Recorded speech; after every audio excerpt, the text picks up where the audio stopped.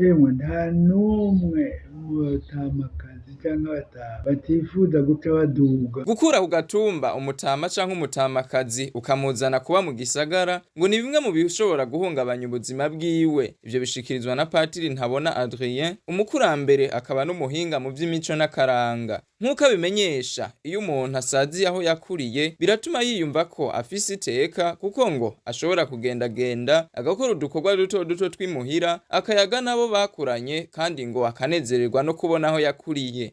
Iyo umuntu yakuze agasazira ahantu nivyo vyiza rwose, bakamuha n'umuntu yomutabara, kuko kenshi ababigira nuko batagira umuntu yomurabira hariya. Iyo umuntu yazazaniwe iyaba ruguru, biba vyiza nuko bamwitwaririkira iyo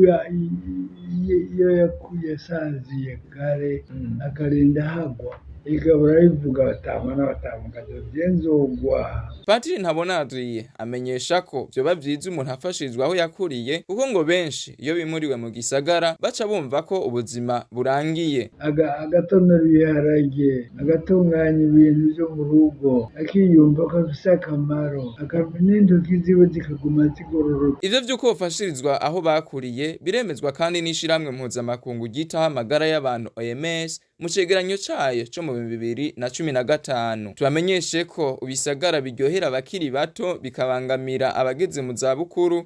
Ivyo bikaba bishikirizwa n'abahinga Chris Philipson na Tyne Biffle mu gitabo Aging in Place in Urban Environments and Critical Perspectives.